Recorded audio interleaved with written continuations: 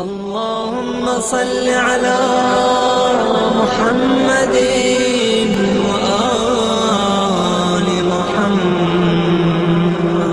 اعوذ باللہ من الشیطان الرجیم. بسم اللہ الرحمن الرحیم. الحمد للہ رب العالمین والصلاة والسلام علی اشرف الانبیاء والمرسلین وخاتم النبیین سیدنا و مولانا ابی القاسم محمد.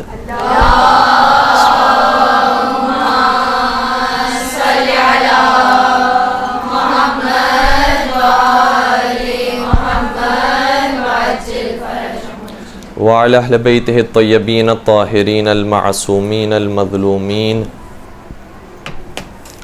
ولعنة الله على أعدائهم أجمعين. أما بعد فقد قال الله تبارك وتعالى في محكم كتابه المجيد والفرقان الحكيم. بسم الله الرحمن الرحيم.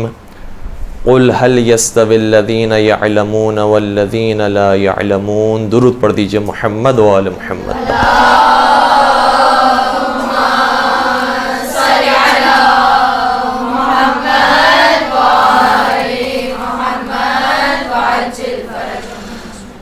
چھٹے سرکار، چھٹے وارث، چھٹے امام، امام جعفر صادق علیہ الصلوۃ والسلام کی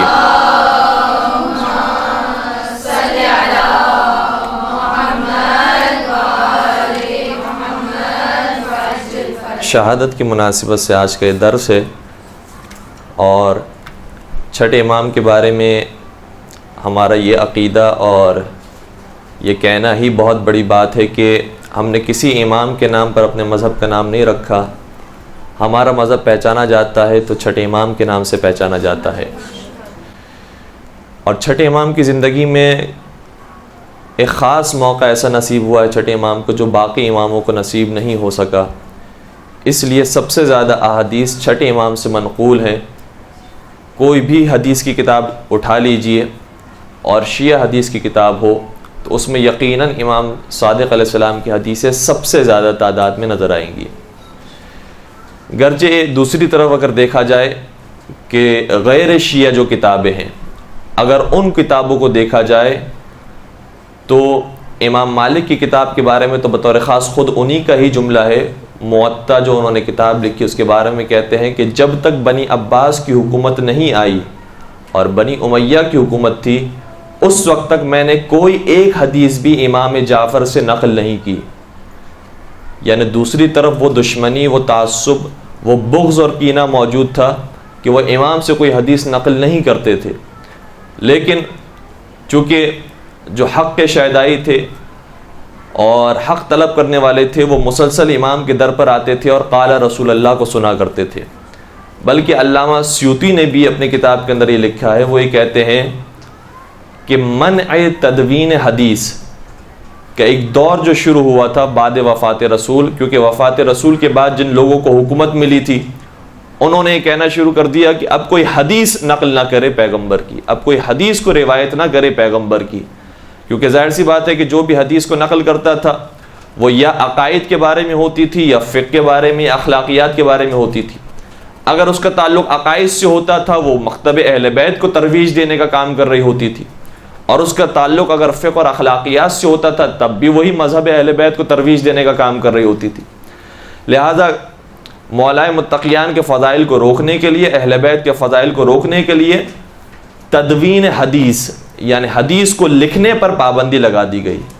کوئی شخص حدیث کو نہیں لکھ سکتا. اگر حدیث کو لکھا گیا تو ویسی سزا دی جائے گی جیسے کسی ایک قاتل کو دی جاتی ہے، کسی ایک مجرم کو دی جاتی ہے، اور ممکن ہے کہ اسے ہلاک بھی کر دیا جائے، اسے شہید بھی کر دیا جائے. تو اس قدر سختی رکھی گئی، اور یہ پیغمبر کی وفات کے بعد سے شروع ہوا سلسلہ تقریباً 100 برس تک باقی رہا. سن 143 ہجری میں کہتے ہیں علامہ سیوطی کہ منع تدوین حدیث اٹھا لیا گیا، یعنی پھر حدیثیں لکھنے کا سلسلہ شروع ہوا 143 ہجری کے اندر. اور چھٹے امام، امام جعفر صادق علیہ الصلوۃ والسلام کی جو شہادت ہوئی ہے،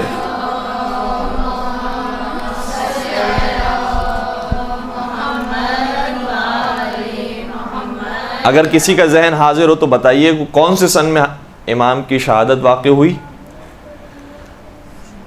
سن 148 میں 143 میں منع حدیث کو اٹھایا گیا اور 148 میں یعنی 148 میں 5 سال کے بعد امام کی شہادت ہوئی. اور پھر وہ فرماتے ہیں کہ امام نے تو اپنی زندگی میں شروع ہی سے یعنی تقریباً 30 برس ہی سے، اور امام سے پہلے ان کے والد بزرگوار امام باقر علیہ السلام نے بھی حدیث رسول کا سلسلہ کبھی ختم نہیں کیا، منقطع نہیں کیا، بیان کرتے رہے. کبھی ممبر پر موقع ملتا تھا تو ممبر سے بیان کرتے تھے، کبھی کسی نشست میں موقع ملتا تھا تو وہاں بیان کرتے تھے، کبھی کسی ایک شخص کو موقع ملتا تھا تو وہاں بیان کرتے تھے. تو کبھی بھی ائمہ نے احادیث رسول کو بیان کرنے کا سلسلہ منقطع نہیں کیا، کیونکہ قرآن سمجھ میں آ ہی نہیں سکتا جب تک حدیث سمجھ میں نہ آئے. تو حدیث ہوگی تو پھر واضح کرے گی یہ قرآن کی آیت کس کی شان میں نازل ہوئی، کیا واقعہ پیش آیا تھا، شان نزول کیا تھا. تو اس اعتبار سے حدیثوں کا وہاں پر تو سلسلہ منقطع ہوا، لیکن ہمارے یہاں کبھی بھی سلسلہ منقطع نہیں ہوا اور جاری رہا. اور چھٹے امام کے زمانے میں شد و مت کے ساتھ اور بھرپور طریقے سے ہمیں احادیث نظر آتی ہیں، اور بہت بڑا منبع تھا حدیثوں کا کہ جو آج ہمیں بہت ایک قطرے کی صورت میں نظر آتا ہے. یعنی اگر کتب اربعہ کتاب کافی اور استفسار اور من لا یحظ الفقیہ اور تہذیب الاحکام اور جتنی دوسری کتابیں بہار الانوار وغیرہ جو بعد میں لکھی گئی، اگر ان سب کو بھی دیکھا جائے اور اس میں تلاش کیا جائے کہ امام صادق علیہ السلام کی حدیثیں کتنی تھی، تو شاید اس کی تعداد 10,000 کے قریب ہوں گی. لیکن وہ 10,000 کی تعداد بھی آج ایک قطرہ ہے اس سمندر کے مقابلے میں کہ جو امام نے اپنے زمانے میں ارشاد فرمایا. کیونکہ امام نے جو ارشاد فرمایا اس کے بارے میں بعض راوی یہ کہتے ہیں کہ ہم نے امام سے 30,000 حدیثیں سنی، ہم نے امام سے 10,000 حدیثیں سنی. تو ایک راوی نے 10,000 حدیثیں سنی تھی، اور آج کل راویوں کی ساری احادیث ملائی جائے تو چھٹے امام تک صرف 10,000 احادیث پہنچتی ہیں. اب امام نے جو پالیسی اختیار کی اپنے زمانے میں وہ بہت اہم ہے، اور اتفاق سے آج کے زمانے میں پاکستان کے علاقے میں جہاں ہم اقلیت کے اندر ہیں وہاں پر شاید ہمیں یہی پالیسی ہے جو اختیار کرنا چاہیے. کیونکہ امام اپنے دور میں اقلیت میں تھے، امام کے چاہنے والے اقلیت میں تھے، آج ہم اقلیت میں ہیں. امام کے چاہنے والے اس زمانے میں امام کے قریب تھے، منبع علم سے قریب تھے، امام کی بات سننے اور سمجھنے والے تھے، ان پر جان قربان کرنے والے تھے. آج اگر یہ جذبہ ہمارے اندر بھی پیدا ہو جائے کہ جو امام کی احادیث کو نقل کرنے والا ہے، امام کے احکامات کو بیان کرنے والا ہے، اس کے حکم پر ہم اپنی زندگی گزارنا شروع کر دیں، تو ہمارے لیے بھی بہت راہیں ہموار ہو جائیں گی اور انشاءاللہ شیعت ترقی کر سکے گی. 2 طریقے ہوتے ہیں باطل کا مقابلہ کرنے کے.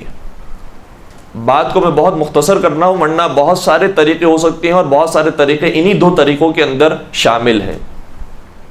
2 طریقے بنیادی طور پر ہوتے ہیں باطل کا مقابلہ کرنے کے.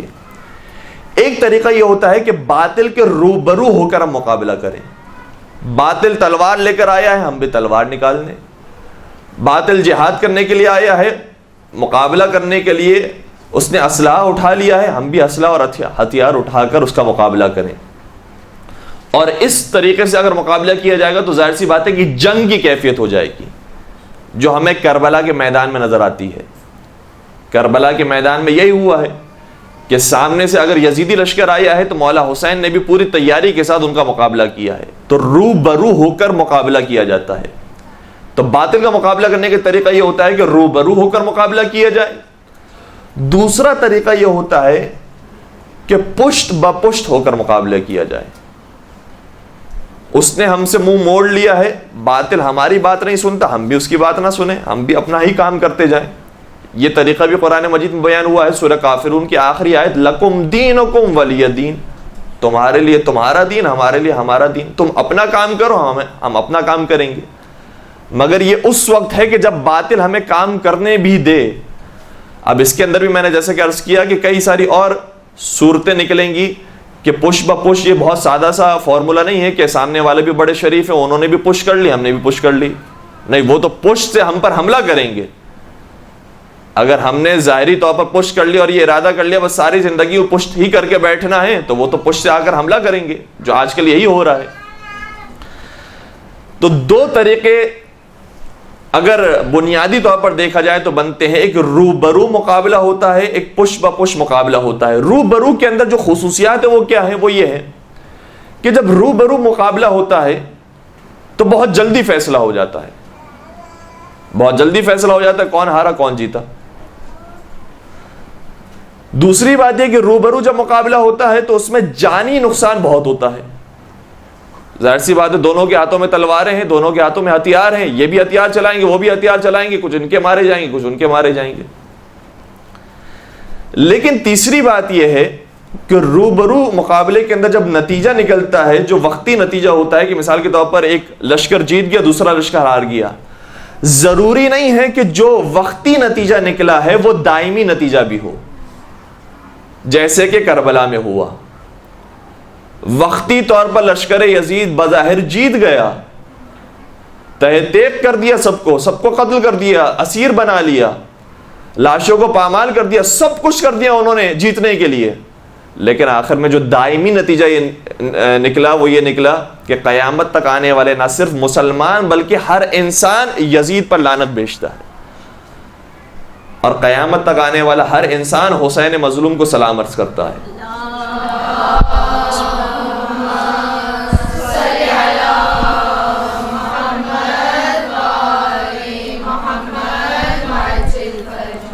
تو اس میں بھی اگر دیکھا جائے تو دیکھیں پالیسی کیا ہے امام کی.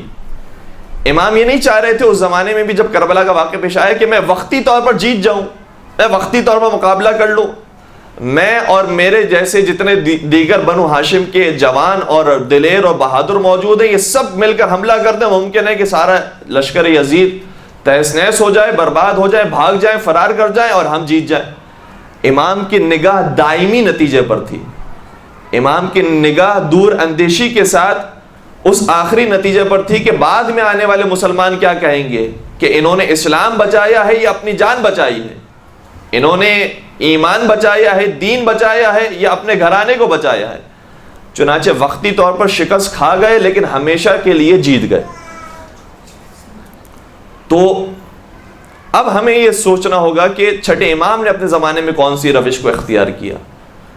تو چھٹے امام کے زمانے میں بھی روش بہت زیادہ واضح نظر آتی ہے کہ بنو امیہ آہستہ آہستہ زوال کا شکار ہو رہے تھے, اور خود بنی ہاشم تیار تھے حکومت لینے کے لیے. بنی ہاشم ہی میں سے تو بنی عباس نکلے ہیں, ہاشم کی اولاد ہی میں سے جناب عباس ہے کہ جو پیغمبر کے چچا تھے. تو بنی ہاشم جن میں بنی عباس بھی شامل ہیں, بنی فاطمہ یا بنی علی یہ بھی شامل ہے, آل علی بھی شامل ہیں, اور دوسرے بھی جو پیغمبر کے چچا یا مولا کائنات کے جو بھائی ہیں ان کی نسلیں یہ سب شامل ہیں. تو وہاں پر آمادہ تھے بنی ہاشم آسانی سے حکومت لینے کے لیے, کیونکہ کربلا کے بعد ان کا چہرہ اس قدر منحوس ہو گیا تھا, سب ان سے بیزار ہو گئے تھے کہ ان کی حکومت کو ختم کیا جائے, آل محمد کی حکومت کو آنا چاہیے. اور اس طریقے سے حکومت مل بھی گئی بنی ہاشم کو, یعنی بنی عباس کو.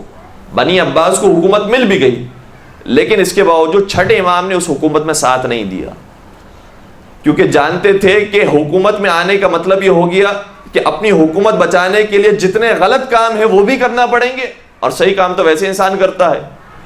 تو جتنے غلط کام ہیں اس کے اندر کبھی کسی ناجائز جگہ پر جا کر کسی ناجائز علاقے میں قتل عام کرنا پڑے گا کہ وہاں پر ہماری حکومت قائم ہو سکے, وہاں پر ہمارے ماننے والے پیدا ہو سکے, وہاں پر ہماری ریاست قائم ہو سکے. کہیں جھوٹی باتیں باندھنا پڑیں گی, تہمتیں لگانا پڑیں گی, یہ سارے کام کرنا پڑیں گے. تو حکومت جاتی ہے تو چلا جائے, لیکن ہم کبھی باطل پر رہ کر حکومت نہیں کر سکتے. مولا متقیان کا بھی یہی انداز تھا, اور مولا متقیان کے اولاد کا بھی یہی انداز تھا کہ حکومت جاتی ہے تو چلے جائے, مگر ہم کسی حرام کے ساتھ, کسی ناجائز کام کے ساتھ حکومت نہیں کر سکتے. اب پش سے پش ہو کر مقابلہ کرنے کا یہ مقصد نہیں ہے کہ ہم منہ چڑھا کر بیٹھ جائیں, بیزار ہو جائیں, اپنی شکلیں ایسی بنا لیں کہ بھائی ہمیں تم سے کوئی پرواہ نہیں ہے, ہم اپنی زندگی گزاریں گے, یہ مطلب بھی نہیں ہے. پش بپش ہو کر جب مقابلہ کیا جاتا ہے تو اس کا مطلب یہ ہے کہ سامنے والوں کو ہمیں ہرانے کے لیے ابھی آمادہ ہونا ہے. چھٹے امام نے یہی کام کیا ہے، چوتھے امام نے یہی کام کیا، پانچویں امام نے یہی کام کیا کہ اپنے شاگردوں کو تیار کیا، غلاموں کو خریدا، ان کی تربیت کی، انہیں آزاد کیا، کنیزوں کو خریدا، ان کی تربیت کی، انہیں آزاد کیا۔ کئی سارے مقامات پر چوتھے امام سے لے کر 11ویں امام تک کے کئی سارے واقعات ایسے ملتے ہیں، راتوں میں نکلتے تھے کھانا تقسیم کرنے کے لیے اور وہاں پر کئی مرتبہ درس دے دیا کرتے تھے، حدیثیں بیان کر دیا کرتے تھے۔ تو پشت بہ پشت ہو کر مقابلہ کرنے کا مقصد یہ ہے کہ اپنے آپ کو تیار کرنا، آمادہ کرنا، مضبوط کرنا، تاکہ جب آئندہ مقابلہ ہو تو ہماری جیت ہو اور سامنے والے شکست کھا جائیں۔ اگر بغیر تیاری کے ہم چلے جائیں مقابلہ کرنے کے لیے تو ظاہر سی بات ہے شکست کھا جائیں گے۔ لہذا تیاری ہوگی، بھرپور انداز سے ہمارے لوگ آمادہ ہوں گے تو پھر ہم کامیاب ہو سکیں گے۔ آج ہمارے افراد کبھی بھی کسی بڑی پوسٹ پر پہنچتے ہیں تو سب سے پہلے دشمن یہ چاہتا ہے کہ جو شیعہ کوئی بڑا وکیل بنا ہوا ہے، بڑا ڈاکٹر بنا ہوا ہے، بڑا عالم دین بنا ہوا ہے، بڑا دین کی خدمت کرنے والا، شیعہ عوام کی خدمت کرنے والا بنا ہے، تو سب سے پہلے اس پر وار کیا جائے، اسے قتل کر دیا جائے، کیونکہ وہ بھی جانتے ہیں کہ اگر یہ اندر سے مضبوط ہو گئے تو پھر ایک دن مقابلہ کرنے کے لیے تیار ہو جائیں گے۔ چنانچہ پشت بہ پشت مقابلہ کرنے کا بھی یہ مقصد نہیں ہے کہ انسان شکست کھا جائے اور پشت کر لے، بلکہ اس کا مطلب یہ ہے کہ آئندہ فتح یابی کے لیے کوشش کرے، آئندہ کی فتح یابی کے لیے زحمتیں اٹھائے اور محنت کرے۔ ایک درود پڑھ دیجئے گا محمد و آل محمد پر۔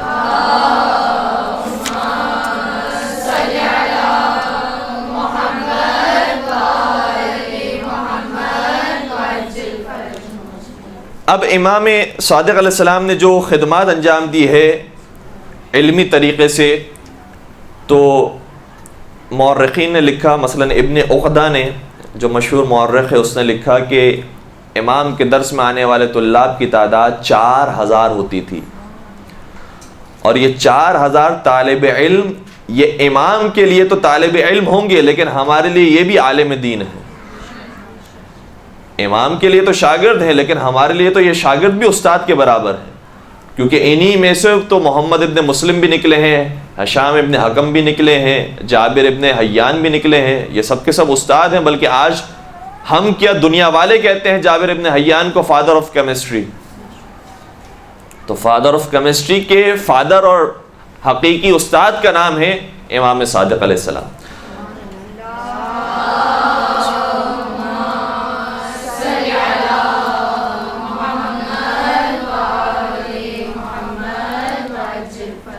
اب محسوس کیجئے گا 4000 طالب علم ہیں، نشتر پارک کے اندر جب مجلس ہوتی ہے تو شاید وہاں پر اگر پورا مجمع جمع ہو جائے اور اس مجلس کو سننے بیٹھے تو شاید ان کی تعداد 4000 ہوگی۔ اس قدر بڑا مجمع تھا امام کے اصحاب کا، ان کے شاگردوں کا۔ ظاہر سی بات ہے کہ پرانا زمانہ ہے، اسپیکر نہیں ہے، مائک نہیں ہے کہ ہر جگہ پر انسان پہنچ کر خدمت انجام دے سکے۔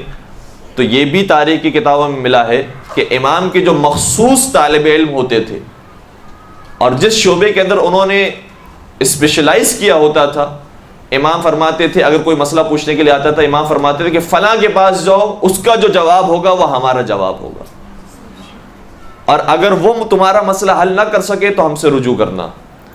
تو کبھی ہشام ابن حکم کو بھیج دیتے تھے کہ کوئی علم کلام سے متعلق، عقائد سے متعلق بحث ہوتی تھی تو کہتے تھے ہشام ابن حکم تمہارے مسائل کا جواب دے گا، اس کا جو جواب ہے وہ ہمارا جواب ہے۔ کبھی محمد ابن مسلم کو کہتے تھے کہ یہ فقہ اور حدیث تمہیں بیان کریں گا، یہ جو بیان کر رہا ہے یہ گویا میں بیان کر رہا ہوں۔ اس طریقے سے امام کے شاگردوں کے شاگرد وہاں پر تربیت پا رہے تھے۔ اب ایک عجیب بات یہ ہے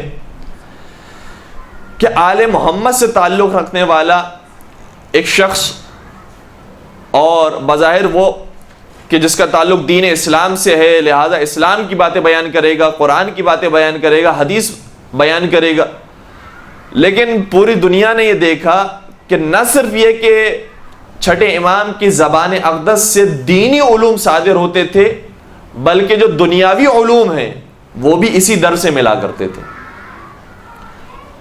اور یہ میں جو بات عرض کر رہا ہوں یہ تمام ہی مکاتب فکر نے تسلیم کی ہے، بلکہ علامہ طاہر القادری نے اپنی ایک اسپیچ کے اندر، یوٹیوب پر اگر امام صادق لکھ کر سرچ کریں گے تو طاہر القادری صاحب کی جو اسپیچ نکلے گی اس اسپیچ کے اندر باقاعدہ انہوں نے نام لیے ہیں بہت سارے شعبوں کے، کہ جن شعبوں کے بارے میں امام صادق علیہ السلام کی حدیثیں موجود ہیں. یعنی علم تفسیر کے بارے میں تو ہے ہی، حدیث کے بارے میں ہے، فقہ کے بارے میں، اخلاق کے بارے میں، عقائد کے بارے میں، عرفان کے بارے میں، فلسفہ کے بارے میں، یہ تو ہیں موضوعات. لیکن اس کے علاوہ علم طب کے بارے میں، ستارہ شناسی کے بارے میں، ریاضیات کے بارے میں، علم شیمیائی کے بارے میں، یہ ساری بھی تعلیمات ہے کہ جو چھٹے امام کے در سے مل رہی تھی. اب اس کا مطلب یہ ہوا کہ نہ صرف یہ کہ دین اسلام میں دنیاوی علوم کو حاصل کرنے کے اوپر شوق دلایا گیا ہے کہ علم دنیا کو بھی انسان حاصل کرے، بلکہ امام نے خود بیان کر کے یہ بھی تعلیم دے دیا کہ تمہاری نگاہ میں عالم فقط عالم دین نہ ہو، جو دنیاوی اعتبار سے بھی علم رکھتا ہے وہ بھی عالم ہے، وہ بھی اپنی فیلڈ کا ایکسپرٹ اور اپنی فیلڈ کا اسپیشلسٹ ہے، لہٰذا اس سے بھی علم حاصل کیا جائے. یہ دینی نقطہ نگاہ سے اچھی اور مستحسن بات ہے.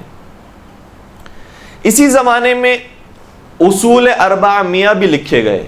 اگر یہ اصطلاح کسی نے سنی ہو تو بتائیے گا. اصول اربع میہ، اصول اربع میہ 400 اصول، ترجمہ اس کا یہ بنتا ہے 400 اصول. پانچویں امام کے دور سے یہ کہا جا سکتا ہے، پانچویں امام کے دور سے لے کر 11ویں امام تک کے زمانے میں جتنے بھی اصحاب آئے انہوں نے کتابیں لکھی. وہ اصحاب کے جنہوں نے ڈائریکٹ امام سے حدیث سنی اور نقل کی، اپنی کتاب میں محفوظ کی، اس کتاب کو رکھا جاتا تھا نام، اس کتاب کا نام رکھا گیا اصل. یہ ہے اصل، اور اصل کی جمع ہے اصول. یعنی ایک سے زیادہ تعداد میں کتابیں ہو جائیں تو اسے کہا جائے گا اصول. اور کتنی تعداد میں یہ کتابیں تھیں؟ 400 کی تعداد میں، لہذا اس کا نام رکھا گیا اصول اربع میہ. یہ 400 کی تعداد میں کتابیں ہیں. کون سی کتابیں؟ ایسی کتابیں کہ جس کے اندر حدیثیں لکھی گئی ہیں ڈائریکٹ امام سے سن کر، کوئی درمیان میں واسطہ نہیں ہے. افسوس کی بات تو یہ ہے کہ جس طرح سے بہت سارے ہمارے احادیث کو جلا دیا گیا، کتاب خانوں کو جلا دیا گیا، اسی طریقے سے 400 جو کتابیں تھیں ان میں سے بھی شاید 20 کے قریب کتابیں وہ ہیں کہ جو آج موجود ہیں. اس کے علاوہ کوئی گم ہو گئیں، کوئی جلا دی گئیں، برباد ہو گئیں، چرا لی گئیں. اور وہ جو 20 کتابیں جو محفوظ رہ گئی اور باقی ہیں، اسے علامہ ابن ادریس حلی نے اپنی کتاب سرائر میں ذکر کیا ہے. ابن ادریس حلی نے اپنی کتاب سرائر کے اختتام پر جس کا نام رکھا ہے، اس باب کا نام رکھا ہے مستطرفات السرائر. مستطرفات السرائر، اس میں تقریباً ان 20 اصولوں کو ذکر کیا ہے. البتہ ایک اہم بات یہ ہے کہ یہ جو 400 اصول تھے یہ اپنی اصلی شکل میں تو صرف 20 باقی رہ گئے. لیکن اگر کتابیں جلا بھی دی گئیں تو راویوں کو چونکہ حدیثیں یاد تھی، اس زمانے میں حفظ کی ہوئی تھی حدیثیں، لہٰذا اگر کتابیں جلا بھی دی گئیں تو انہوں نے اپنے شاگردوں کو وہ حفظ کی ہوئی حدیثیں نقل کی، اور پھر شاگردوں سے شاگردوں میں یہ نقل ہوتے رہی یہاں تک کہ کتاب کافی کے اندر اور دوسری کتب اربعہ کے اندر ان اصول اربعہ میہ میں سے بہت ساری حدیثیں ذکر کی ہوئی ہیں. لیکن ان حدیثوں میں اور کتب اربعہ میہ کے اندر فرق یہ ہے کہ کتب اربعہ میہ کی جو حدیثیں تھیں وہ ڈائریکٹ امام سے نقل کی ہوئی تھی، اس میں کسی راوی کا واسطہ نہیں تھا درمیان میں. جبکہ آج جو کتاب کافی میں حدیثیں نقل کی گئی ہیں، اگر ان سے نقل بھی کی گئی ہیں تو اس میں 2-3 واسطے یا اس سے زیادہ واسطے موجود ہیں راویوں کے، جس کے بعد پھر یہ امام تک سلسلہ پہنچتا ہے کہ امام نے پھر یہ فرمایا. تو امام نے اس زمانے میں علمی خدمات انجام دی اور علمی طور پر اپنے شاگردوں کو مضبوط کیا. اور ظاہر سی بات ہے کہ علم پھیلے گا تو خود بخود باطل نابود ہوگا. اسلام کی تعلیمات کا آغاز بھی علم سے ہو رہا ہے. وہاں توحید کا تذکرہ نہیں ہے، علم کا تذکرہ ہے. جہاں علم آئے گا وہاں خود بخود لوگ حق کی طرف جائیں گے، اور جہاں جہالت ہوگی وہاں پھر باطل حکومت آئیں گی اور حکومتیں کریں گی. اب ہماری جو گفتگو ہے وہ ایک دوسرے زاویے کی طرف جا رہی ہے. وہ یہ ہے کہ امام کے درس میں شریک ہونے والوں کی تعداد جو تھی 4000 کی، یہ سب کے سب ایسے نہیں تھے کہ جو امام کو امام مان کر امام کے درس میں بیٹھنے والے ہوں، بلکہ بہت سے ایسے تھے کہ جو ایک عالم دین کی حیثیت سے، آل محمد میں سے ایک قابل شخص کی حیثیت سے امام کے درس میں بیٹھتے تھے، کہ ان کے درس میں بیٹھیں گے تو کبھی قال رسول اللہ سننے کو ملے گا، کبھی امام جو ہے وہ قرآن مجید کی کسی آیت کی تفسیر بیان کریں گے کہ اس آیت میں مراد کیا ہے، جیسے من قتل نفسا بغیر نفس او فسادا فی الارض، کہ اگر کسی نے ایک شخص کو قتل کیا تو فکأنما قتل الناس جميعا، اس سے ساری انسانیت کو قتل کیا۔ امام نے بیان فرمایا اس میں قتل سے مراد ظاہری قتل کرنا تو سب سمجھ سکتے ہیں کہ ہے، لیکن حقیقت میں اس کا معنی یہ ہے کہ جس نے ایک شخص کو گمراہ کیا اس نے گویا ساری انسانیت کو گمراہ کر دیا، اور جس نے ایک شخص کی ہدایت کی اس نے گویا ساری انسانیت کی ہدایت کی۔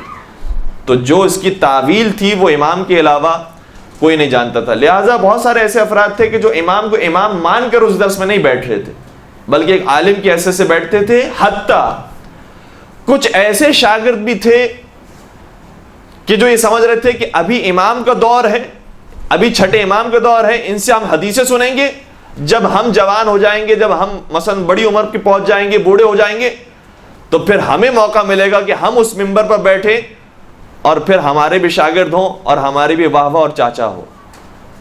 تو حتیٰ لوگ دنیا کو حاصل کرنے کے لیے امام کے درس میں بیٹھے ہوئے تھے، اور بہت سارے ان کے اندر افراد موجود ہیں کہ جو شیعہ نہیں ہیں مگر پھر بھی امام سے انہوں نے حدیثیں نقل کی ہیں، شاگردی اختیار کی ہے، اور سر فہرست نام جو آتا ہے اس میں امام ابو حنیفہ کا نام ہے، امام مالک ابن انس کا نام ہے، سفیان ثوری کا نام ہے، سفیان ابن عیینہ کا نام ہے، ابو ایوب سجستانی اور کئی سارے دیگر علماء مثلا ابو ایوب وغیرہ شامل ہیں۔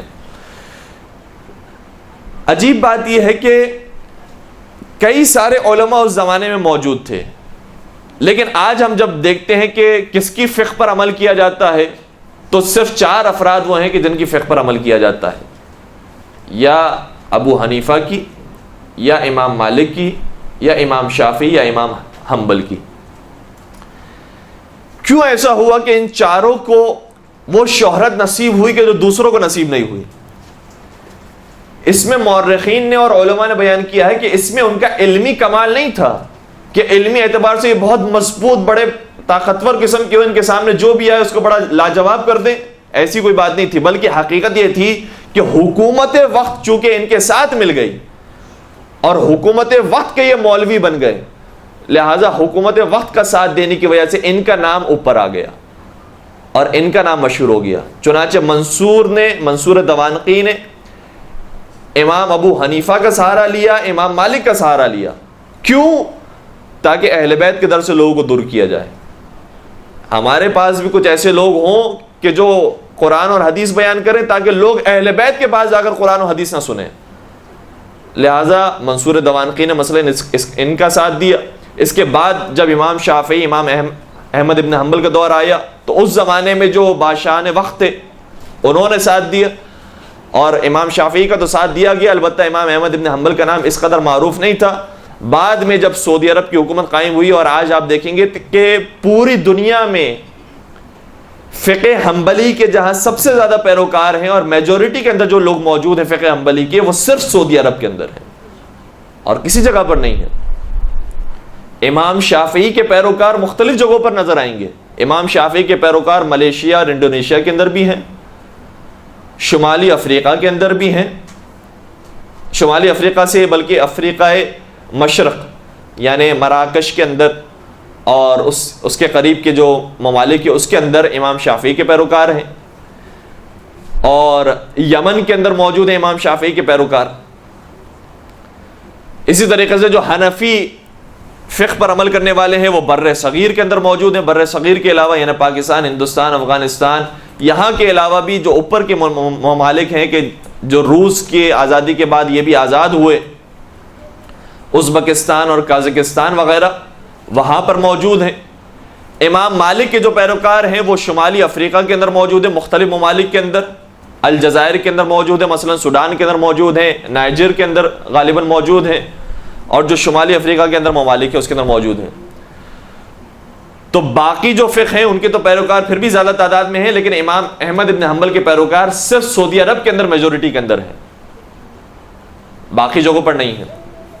تو خیر بیان کرنے کا مقصد یہ تھا کہ یہ جو 4 نام مشہور ہوئے ہیں اس میں صرف ان کا علمی کمال نہیں ہے، بلکہ حقیقت یہ ہے کہ حکومت وقت نے ان کا ساتھ دیا، انہیں مشہور کیا، لہذا ان کا نام آگے آ گیا اور آج انہی کے پیروکار صرف ہمیں نظر آتے ہیں۔ ورنہ ابو یوسف کا نام خود ابو حنیفہ کے زمانے کے اندر موجود ہے، ابو یوسف کا نام، لیکن آج اس کے پیروکار نہیں ملتے۔ اب ایک عجیب بات یہ ہے جو ابو حنیفہ کے بارے میں، وہ یہ ہے کہ ابو حنیفہ کی اگر آپ باتیں کتابوں کے اندر پڑھیں گے تو محسوس ہوگا کہ ابو حنیفہ نے تو کئی سارے فضائل اہل بیت کے بیان کیے ہیں، پنجتن پاک سے بڑی محبت کا اظہار کیا ہے، کئی دفعہ اس نے کہا ہے کہ مثال کے طور پر اہل بیت سے مراد پیغمبر اکرم کی ذات گرامی اور علی، فاطمہ، حسن اور حسین علیہ السلام ہے، کئی دفعہ بیان کیا ہے۔ آخر اس کی وجہ کیا ہے کہ ابو حنیفہ تو مخالف ہے چھٹے امام کا، اس کے باوجود اس قدر تعریف کی پنجتن پاک کی، اس کی کیا وجہ ہے؟ اس کی وجہ یہ ہے کہ ابو حنیفہ اصل میں تعلق رکھتا ہے ایران کے ایک علاقے سے کہ جہاں سے اس کے دادا کو گرفتار کیا گیا اور مدینے لایا گیا، اور مدینے میں خلیفہ ثانی کی حکومت میں جب اس کے دادا کو پیش کیا گیا تو مولائے متقیان تھے کہ جنہوں نے اس کے دادا کو خرید کر اسے آزاد کیا، اور علی کے نام پر ابو حنیفہ کے دادا کو آزاد کیا گیا، لہٰذا وہ علی سے محبت رکھنے والا تھا، لہٰذا وہ علی کے فضائل بیان کرنے والا تھا۔ لیکن اگر انسان ایک امام سے محبت رکھتا ہو اور دوسرے امام سے نفرت رکھتا ہو، ایک امام کے فضائل بیان کرنے والا ہو اور دوسرے امام کے نعوذ باللہ رذائل بیان کر رہا ہو یا نعوذ باللہ ان کے بارے میں دشنام بکتا ہو، تو اہل بیت صرف 5 ہستیوں کا نام، 3 ہستیوں کا نام نہیں ہے، اہل بیت 12 کی 12 ہستیوں کا نام۔ لہذا اگر کوئی پہلے سے بغض رکھتا ہو اور آخری سے محبت کرتا ہو وہ بھی جہنم کے اندر ہے، اور جو پہلے سے محبت رکھتا ہو لیکن آخر سے بغض رکھتا ہو وہ بھی جہنم کے اندر۔ چنانچہ ابو حنیفہ کے جو دادا جن کا نام ذکر کیا جاتا ہے زوتی یا زوتی یا زوتا، زے سے ہے، زے واو توئیں الف یا توئیں اور یہ، آزاد کیا جب مولا متقیان نے ایران سے، چونکہ یہ آزاد ہو کر آیا تھا، ایران میں نوروز منائی جاتی تھی، ایک دن اس نے آ کر امام کی خدمت میں مٹھائی بھی پیش کی، امام خوش ہوئے، دعائیں دی، کہا کہ کیا دن ہے آج کا کہ جس دن آج تم مٹھائی لے کر آئے ہو؟ بتایا گیا کہ آج عید نوروز ہے ہمارے یہاں۔ تو امام نے شاہ فرمایا کہ نوروزنا کل یوم، ہمارا نوروز تو ہر دن ہوتا ہے، لہٰذا تم ہر دن اسی طریقے سے خوشی کے انداز میں آیا کرو اور ہمارے ساتھ بیٹھا کرو، ملاقات کیا کرو۔ پھر جب زوتی کا بیٹا ثابت پیدا ہوا، ثابت بھی اسی طریقے سے پنجتن پاک سے محبت رکھنے والا تھا، اس کے بعد جب پیدا ہوا ابو حنیفہ کا حقیقت میں نام کیا ہے؟ ابو حنیفہ کی ایک مشہور جملہ ہے جو اس نے کہا ہے، اگر وہ جملہ ذہن میں ہوگا تو خود بخود نام بھی ذہن میں آ جائے گا۔ ایک جملہ ہے کہ جو خلیفہ ثانی نے کہا تھا، لولا علی لہلک عمر۔ جی یہ تو خلیفہ ثانی کا جملہ ہے کہ اگر علی نہ ہوتے تو عمر ہلاک ہو جاتا۔ ابو حنیفہ کا بھی یہی جملہ ہے ابھی اگر امام جعفر صادق علیہ السلام نہ ہوتے تو میں ہلاک ہو جاتا۔ تھوڑا سا اس سے ملتا جلتا جملہ ہے۔ ابو حنیفہ نے کہا کہ لولا السنتان لہلک النعمان، اگر 2 سال امام جعفر صادق کی شاگردی میں نہ ملتے تو نعمان ہلاک ہو جاتا۔ ابو حنیفہ کا اصلی نام ہے نعمان بن ثابت بن زوتی، نعمان بن ثابت۔ تو پھر نعمان جب پیدا ہوا تو حتیٰ یہ ابو حنیفہ 5 امام کے درس میں بیٹھا کرتا تھا، اور 5 امام کی وفات کے بعد جب 6 امام کو 5 امام کا منبر نصیب ہوا اور شاگردوں کی تعداد نصیب ہوئی تو حسد اور بغض کی وجہ سے 6 امام کو یہ چھوڑتا ہے، درس سے نکلتا ہے اور اپنا ایک درس قائم کرتا ہے کوفے میں جا کر، مدینہ میں اس نے کچھ عرصہ گزارا ہے لیکن پھر کوفہ چلا جاتا ہے اور وہاں جا کر حماد ابن ابی سلیمان اس کے درس میں شرکت کرتا ہے. جب وہ مر جاتا ہے تو اس کا منبر امام ابو حنیفہ نے سنبھالا ہے. جبکہ اب یہ بھی بات نکلی ہے تو عرض کر دوں کہ حماد ابن ابی سلیمان کئی مرتبہ اپنے جملوں کے اندر یہ کہہ چکے ہیں کہ میرا نالائق طالب علم ہے، یہ میرا نالائق شاگرد ہے، حتیٰ کافر اور زندیق کا لفظ استعمال کیا ہے. لیکن اس کے باوجود یہ وہاں پر منبر حاصل کرتا ہے. تو ابو حنیفہ پانچویں امام کا تو شاگرد رہا ہے بھرپور طریقے سے، چھٹے امام کی بھی شاگردی اختیار کی ہے 2 سال، اور خود یہ کہنے والا ہے کہ اگر وہ 2 سال نہ ہوتے تو میں ہلاک ہو جاتا. اس کا مطلب وہاں سے بھی کسب فیض کیا ہے، لیکن جو حسد امام سے تھا اس کی وجہ سے یہ چھٹے امام کو دشمن بن گیا اور چھٹے امام سے مخالفت کرنے لگا. کئی مرتبہ اس نے مخالفت کا اظہار کیا. یہ بھی ایک عجیب نقطہ ہے کہ چھٹے امام کی جو ولادت ہوئی ہے وہ کون سی سن میں ہوئی ہے؟ سن 80 ہجری میں. اور امام ابو حنیفہ کی ولادت بھی ہوئی ہے سن 80 ہجری میں. تو امام صادق علیہ السلام اور امام ابو حنیفہ ہم عمر تھے، ایک ہی عمر کے تھے. اور ظاہر سی بات ہے کہ جب ایک ہی عمر کا ہوتا ہے ایک انسان تو پھر اس سے جیلسی زیادہ ہوتی ہے کہ یہ مجھ سے ترقی کر گیا، یہ مجھ سے آگے نکل گیا، اس کے تو بہت شاگرد ہیں، اس کے تو بڑے چاہنے والے ہیں، اس کے تو درس میں بہت لوگ آنے والے ہیں، ہر جگہ پر چاچا ہو رہی ہے اور مجھے کوئی جانتا نہیں ہے. میں نے بھی جبکہ وہیں پر ہی درس حاصل کیا ہے، 5 امام کے درس میں بھی بیٹھا ہوں، یہ بھی بیٹھا کرتے تھے. لیکن اسے یہ نہیں معلوم کہ چھٹے امام کو جو علم حاصل ہوا ہے وہ صرف درس سے حاصل نہیں ہوا، وہ خدا کے طریقے سے حاصل ہوا.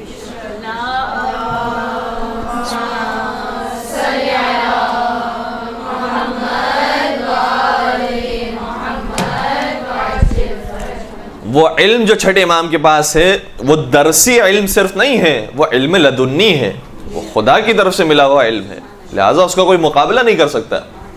چنانچہ اپنے آپ کو جھکانے کے بجائے، سر تسلیم ہونے کے بجائے کھڑا ہو گیا اور کہنے لگا میرا بھی ایک درس ہوگا. اور وہاں پر علل اعلان مخالفت کیا کرتا تھا بہت سارے مسائل کے اندر، جو آپ نے واقعات بھی سنے، مثلا بہلول کا واقعہ کہ اعتراض مثلا کیا کرتا تھا کہ فلاں فلاں نظریے سے مجھے اختلاف ہے کہ جو جعفر صادق کے ہیں اور میرا اس کے بارے میں یہ نظریہ ہے. مجھے پورا واقعہ نقل نہیں کرنا کیونکہ بہت مرتبہ سنا ہوا واقعہ ہے.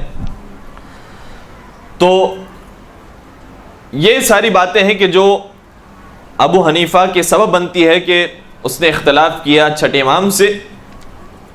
اور منصور دوانقی نے بھی ایک مرتبہ ابو حنیفہ سے کہا کوفہ، بلکہ منصور دوانقی بغداد کے اندر جب موجود تھا یا شاید عراق کے کسی علاقے کے اندر، تو وہاں بلکہ علاقے کا نام بھی ملا ہے ہیرا، ہے سے بڑے ہے سے، ہیرا کے علاقے میں جب موجود تھا تو ابو حنیفہ سے کہا کہ تم 40 مشکل ترین سوالات کو تیار کر کے آؤ، کیونکہ میں جعفر صادق کو دعوت دینے والا ہوں، بہت چرچا ہو چکا جعفر صادق کا. میں چاہتا ہوں کہ تم مشکل ترین سوالات جب ان کے سامنے رکھو اور وہ لاجواب ہو جائیں، کہیں کہ لا ادری مجھے نہیں معلوم ہے، تو لوگوں کو پتہ چل جائے کہ ہم کس کے پاس جا کر درس حاصل کر رہے تھے کہ جس کو ابو حنیفہ بھی سوال کرے تو جواب نہیں آتا. تو 40 مشکل سوالات ابو حنیفہ نے تیار کیے. کہتا ہے کہ جب میں پہنچا منصور دوانقی کے پاس تو میں نے کیا دیکھا کہ منصور دوانقی تنہا نہیں بیٹھا تھا بلکہ اس کے برابر میں امام جعفر صادق علیہ السلام بھی بیٹھے ہوئے تھے. اور اس اعتبار سے میرے اندر ایک ہیبت پیدا ہو گئی کہ منصور نے تو بڑا احترام دیا ہے، جعفر صادق کو اپنے پہلو میں بٹھایا ہے. اور پھر مجھے بھی قریب بلایا، مجھے بھی ایک جگہ پر بٹھایا اور کہا کہ جعفر صادق سے اگر تم کچھ پوچھنا چاہتے ہو، سوالات کرنا چاہتے ہو تو سوالات کرو. ابو حنیفہ نے ایک ایک کر کے سوالات کرنا شروع کیے. پہلا سوال کیا، امام نے جواب دیا، لیکن صرف یہ نہیں بتایا کہ اس کا حقیقت میں یہ جواب ہے، بلکہ یہ بیان فرمایا کہ دیکھ تیرا نظریہ یہ ہے اس مسئلے کے اندر، مدینے والوں کا نظریہ یہ ہے اس مسئلے کے اندر، اور ہمارا نظریہ یہ ہے اس مسئلے کے اندر. اور کبھی فرماتے کہ کوفے والوں نے یہ فرمایا، یعنی ابو حنیفہ کے شہر کی طرف اشارہ کرتے، کبھی مدینے والوں کے شہر کی طرف اشارہ کرتے، اور کبھی بیان کرتے کہ ہمارا نظریہ وہی ہے کہ جو مدینے والوں کا ہے، کبھی بیان فرماتے ہمارا نظریہ وہی ہے کہ جو کوفے والوں کا ہے. کہتے 40 کے 40 سوالات جو مشکل ترین تھے میں نے پوچھے، اور نہ صرف یہ کہ ہر سوال کا ایک جواب مجھے ملا بلکہ 3 جوابات ملا کرتے تھے. اور پھر ابو حنیفہ یہ کہتا ہوا چلا کہ یہ حدیث تو ہر ایک نے سنی ہے کہ سب سے دانا انسان وہ ہوتا ہے کہ جو لوگوں کے بارے میں سب سے زیادہ اختلاف کے بارے میں جانتا ہو. جعفر صادق نہ صرف یہ کہ سوالات کے حقیقی جواب جانتے تھے بلکہ اس اختلاف کو بھی جانتے تھے کہ جو لوگوں کے درمیان ہے. لہذا جعفر صادق سے دانا کوئی انسان موجود نہیں.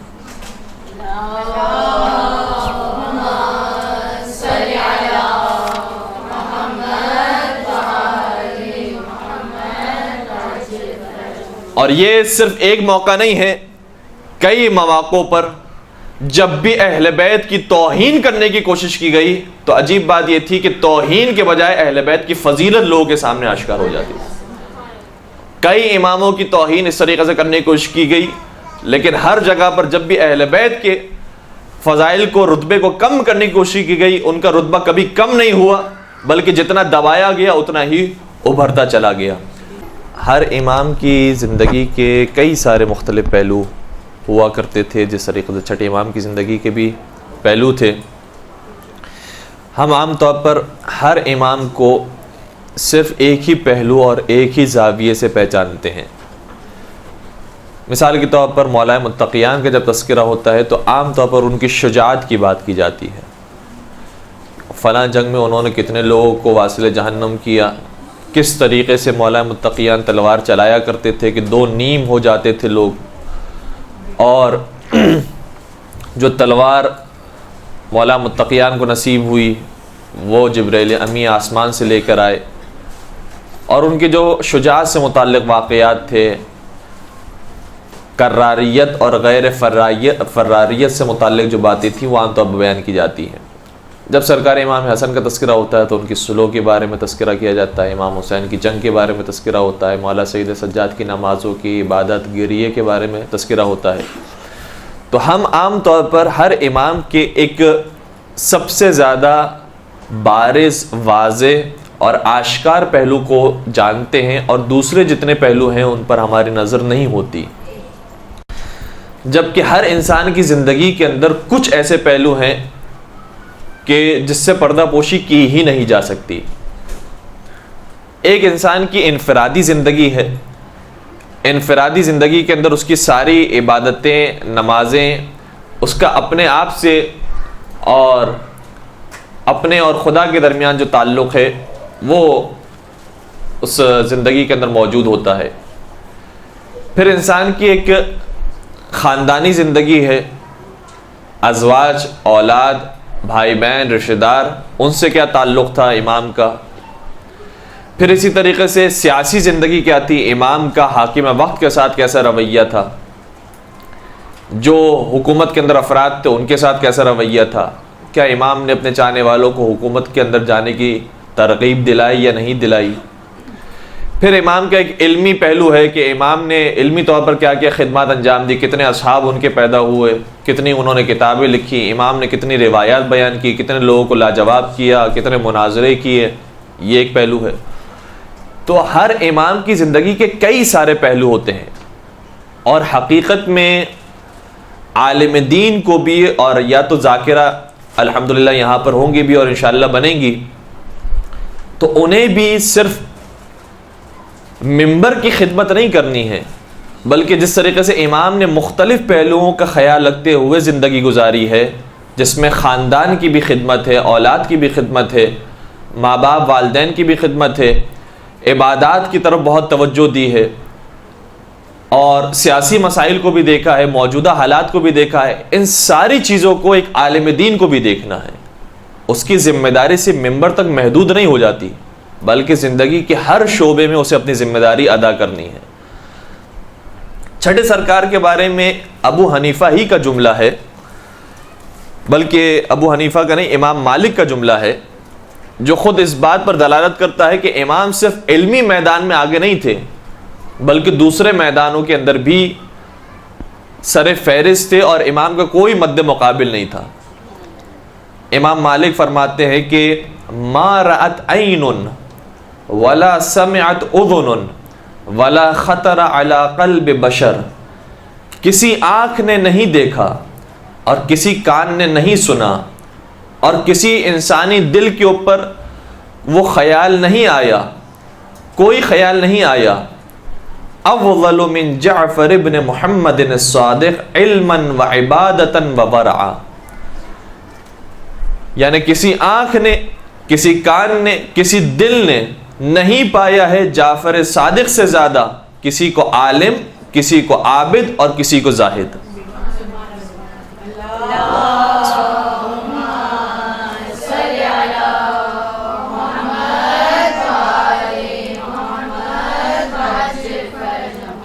صرف امام عالم نہیں ہیں کہ انہوں نے علمی میدان میں سب کو شکست دے دی، نہیں، عملی میدان میں بھی سب کو شکست دی ہے۔ ان سے بڑا سخی کوئی نہیں، ان سے بڑا شجاع کوئی نہیں، ان سے بڑا عابد کوئی نہیں، ان سے بڑا بردبار حلیم کوئی نہیں۔ اور ابو زہرا زے ہے رے ہے، اہل سنت عالم دین ہے، انہوں نے کتاب لکھی ہے اور اس کتاب کے اندر مختلف پہلو امام کے بیان کیے ہیں۔ اس میں سے بیان کرتے ہیں کہ ایک قاعدہ کلی بیان کرتے ہیں کہ جب بھی انسان کوئی نیکی انجام دے تو اس کے اندر یہ 3 باتیں ہونا ضروری ہے۔ کہتے ہیں لا یتم المعروف الا بثلاثۃ، نیکی اس وقت تک نیکی نہیں بن سکتی جب تک اس کے اندر 3 باتیں نہ ہوں، بتعجیلہ وتصغیرہ وسترہ۔ پہلی بات یہ کہ وہ نیکی جلدی انجام دی جائے، اس نیکی کو انجام دینے کے بعد اسے چھوٹا سمجھا جائے اور اس نیکی کو چھپایا جائے۔ کہتے ہیں کہ چھٹے امام جب کوئی نیکی انجام دیتے تھے، کسی کی مدد کرتے تھے، تو ان تینوں باتوں پر بدرجہ اتم عمل کرتے تھے۔ روزانہ ہر رات نکلا کرتے تھے، جس طریقے سے چوتھے سرکار کے بارے میں ملتا ہے، چوتھے امام جس طریقے سے نکلا کرتے تھے، اور جس طریقے سے مولا کائنات کے بارے میں تواتر کے ساتھ ملتا ہے کہ رات کی تاریکی میں نکلا کرتے تھے اور روٹیاں تقسیم کیا کرتے تھے۔ آج اگر کسی عالم دین کے بارے میں بتایا جائے کہ وہ یہ کام کرتے ہیں تو بڑا تعجب ہوگا ہمیں کہ ہم نے تو انہیں ممبر پر سنا تھا، یہ کام کرتے ہوئے تو کبھی کسی کو نہیں سنا کہ کوئی شخص ممبر پر بھی اس طرح سے علم تقسیم کرنے والا ہو اور رات کی تاریخ میں رزق کو بھی تقسیم کرنے والا ہو۔ تو ہم نے محدود کر دیا ہے عالم دین کو، یا دین کی جو خدمت کرنے کے لیے نکلے ہیں ان کو محدود کر دیا ہے صرف علمی باتوں کے اندر اور علمی میدان کے اندر، جبکہ چھٹے امام علمی میدان میں بھی سر فہرست تھے، عملی میدان میں بھی سر فہرست تھے۔ رات کی تاریکی میں نکلا کرتے تھے، ہر رات یہ عمل انجام دیا کرتے تھے، روٹیاں تقسیم کیا کرتے تھے، حتیٰ روٹیوں کے علاوہ کبھی جو ہے وہ پانی کے برتن اور ظروف کے ساتھ وہ نکلا کرتے تھے، گوشت وہ بھی بانٹا کرتے تھے۔ یہ ساری چیزیں امام تقسیم کیا کرتے تھے اور پھر اس طریقے سے دیتے تھے کہ لینے والوں کو پتہ نہیں چلتا تھا کہ دینے والا کون ہے۔ جیسے ہم سنتے ہیں مولا متقیان کی شہادت ہوئی تو یتیموں کو احساس ہوا کہ اچھا یہ ہماری یتیم پروری کرنے والا تھا، اسی طریقے سے چھٹے امام کی جب شہادت ہو گئی تو پھر لوگوں کو پتہ چلا اچھا جعفر صادق تھے جو آتے تھے اور ہماری مدد کرتے تھے، اور یہ ہر امام کے بارے میں تقریباً ملتا ہے۔ تو ہمیں بھی اپنے کاموں کو صرف علمی میدان میں آگے نہیں بڑھانا ہے، انشاءاللہ ہر میدان کے اندر امام کی سیرت پر عمل کرنا ہے۔ ایک عجیب واقعہ ملتا ہے کہ امام ایک مرتبہ اپنے غلام کو حکم دیتے ہیں کہ فلاں کام پر جانا اور فلاں کام انجام دے کر آنا۔ وہ کام یعنی وہ غلام ایسا تھا کہ جو عام طور پر سستی کیا کرتا تھا اور یہ سمجھتا تھا کہ بھائی یہ عالم ہے، یہ ایک اچھے نیک شریف انسان ہے، اور ہر شریف انسان کو یہ دھوکہ ملتا ہی ہے کہ جو کاہل قسم کے افراد ہوتے ہیں وہ انہیں بیوقوف بناتے ہیں۔ امام ایک مرتبہ اسے کام دینے کے بعد اس کے پیچھے پیچھے چلنے لگتے ہیں، یعنی اسے تو خبر نہیں ہوتی، وہ ایک جگہ پر نکل جاتا ہے، جا کر آرام کرنے لگتا ہے، سو جاتا ہے۔ امام باقاعدہ اس کے سرانے پہنچتے ہیں، جب اسے اس حالت میں دیکھتے ہیں تو ہمارا آپ کا طریقہ تو یہی ہوگا، اگر شریفانہ انداز بھی ہو کہ بھائی اٹھو، تو میں کسی کام کے لیے بھیجا تھا میں نے۔ امام یہ کہنے کے بجائے، اسے بیدار کرنے کے بجائے اس کے اوپر پنکھا چلاتے ہیں، اسے ہوا دیتے ہیں، اور جب وہ مکمل اپنی نیند پوری کر چکا ہوتا ہے اور بیدار ہوتا ہے تو دیکھتا ہے کہ امام میرے سرانے موجود ہے۔ معذرت خواہی کرتا ہے، امام یہ فرماتے ہیں کہ ایسا نہیں ہو سکتا کہ رات بھی تمہاری ہو اور دن بھی تمہارا ہو، رات میں بھی تم سو جاؤ اور دن میں بھی تم سو جاؤ، آرام کرو. ایسا ہونا چاہیے کہ رات اگر تمہاری ہے تو دن کم از کم ہمارا ہو. یعنی غلام ہے اور غلام کے ساتھ جیسا سلوک کرنا چاہے انسان کر سکتا ہے. اور واقعاً اس زمانے میں غلاموں کے ساتھ بہت بے دردی کے ساتھ سلوک کیا جاتا تھا. اس کے اعضاء کو گویا اس کے اعضاء نہیں اپنے اعضاء سمجھا جاتا تھا کہ ہم جیسے کاٹنا چاہیں جیسے اس کے ساتھ سلوک کرنا چاہے کرتے تھے. امام اتنا خیال رکھ رہے کہ بھئی رات تمہاری ہو سکتی ہے، تم رات میں آرام کر سکتے ہو، لیکن دن تو ہمارا ہے، دن میں تو جو ہم نے کام دیا ہے وہ انجام دو. یہ بردباری امام کے اندر موجود تھی. تو صرف علمی میدان میں آگے نہیں ہے، عملی میدان بھی امام کا نظر آتا ہے. ایک مرتبہ ایک شخص کے بارے میں ہے کہ امام کو بہت سب و شتم کیا کرتا تھا، دشنام دیتا تھا. امام کو جب پتہ چلا تو امام نماز پڑھنے کے لیے گئے اور عام نماز سے زیادہ طولانی نماز پڑھی، اور پھر بیان کیا کہ یہ میں نے نماز اس کی مغفرت کے لیے پڑھی ہے، اور پھر دعائے مغفرت مانگی. تو امام کا یہ انداز، اور امام کے بعد امام نے اس کے بعد نصیحت بھی فرمائی اپنے اصحاب سے کہ اگر کوئی شخص تم سے گلا شکوہ رکھتا ہو تو اس کے شکوے کو دور کرنے کا طریقہ نہیں ہے کہ اس کو شکوے سے جواب دے کر اسے خاموش کیا جائے، بلکہ اس کو عزت اور احترام دے کر اسے خاموش کروایا جائے. اور پھر اس طرح کے بے شمار واقعات چھٹے امام کے تو بہت زیادہ روایتوں کے اندر موجود ہیں، ملتے ہیں. بیان کرنے کا صرف مقصد یہ ہے کہ امام کی زندگی کا صرف ایک ہی پہلو نہیں کہ امام نے صرف علم پر زور دیا، علم بیان کیا، علمی ترویج کی، مدرسے قائم کیے، طالب علموں کی تربیت کی، بلکہ حقیقت یہ ہے کہ امام نے علم کے ساتھ عمل کو بھی جاری رکھا، اور عملی میدان کے اندر بھی امام سر فہرست نظر آتے ہیں. یہ ایک جملہ تھا جو امام مالک کا. دوسرے مقام پر امام مالک یہ کہتے ہیں کہ کنت اتا جعفر بن محمد وکان کثیر التبسم. چھٹے امام یعنی جعفر صادق آیا کرتے تھے اور وہ بہت مسکرایا کرتے تھے. فَإِذَا ذُكِرَ عِنْدَهُ النَّبِي أَخْضَرَ وَأَصْفَرَ. مگر جب نبی کا ذکر کیا جاتا تھا تو بہت سنجیدہ ہو جاتے تھے، ان کا چہرہ سبز یا زرد ہو جاتا تھا. اور پھر فرماتے ہیں وَمَا رَأَيْتُهُ قَطُّ يُحَدِّثُ عَنْ رَسُولِ اللَّهِ إِلَّا عَنْ طَهَارَةٍ. اور میں نے کبھی نہیں دیکھا انہیں کہ انہوں نے پیغمبر کی کوئی حدیث بیان کی ہو اور بغیر طہارت کے بیان کی ہو. باوضو ہو کر طہارت کے ساتھ حدیث پیغمبر بھی بیان کیا کرتے تھے. یہ امام مالک نے چھٹے امام کے بارے میں اس طریقے سے کلمات کو جاری کیا ہے. ابو حنیفہ کا تو میں نے ذکر بھی کیا، لولا السنتان لہلک النعمان. اسی طریقے سے ایک مرتبہ ابو حنیفہ نے یہ کہا جعفر بن محمد افقہ من رأیت. میں نے جس کو بھی دیکھا ہے اس میں سب سے زیادہ فقیہ ترین انسان جعفر صادق کو پایا. ایک مقام پر فرمایا ما رأیت افقہ منہ. میں نے کسی انسان کو جعفر صادق سے زیادہ فقیہ نہیں پایا. یہ امام ابو حنیفہ امام مالک کے جملات تھے. اور اب امام شافعی کے کلمات کو بھی میں آپ کی خدمت بیان کروں گا کہ جو اہل بیت کی شان میں ہے. بیان کرنے کا یہ مقصد یہ ہے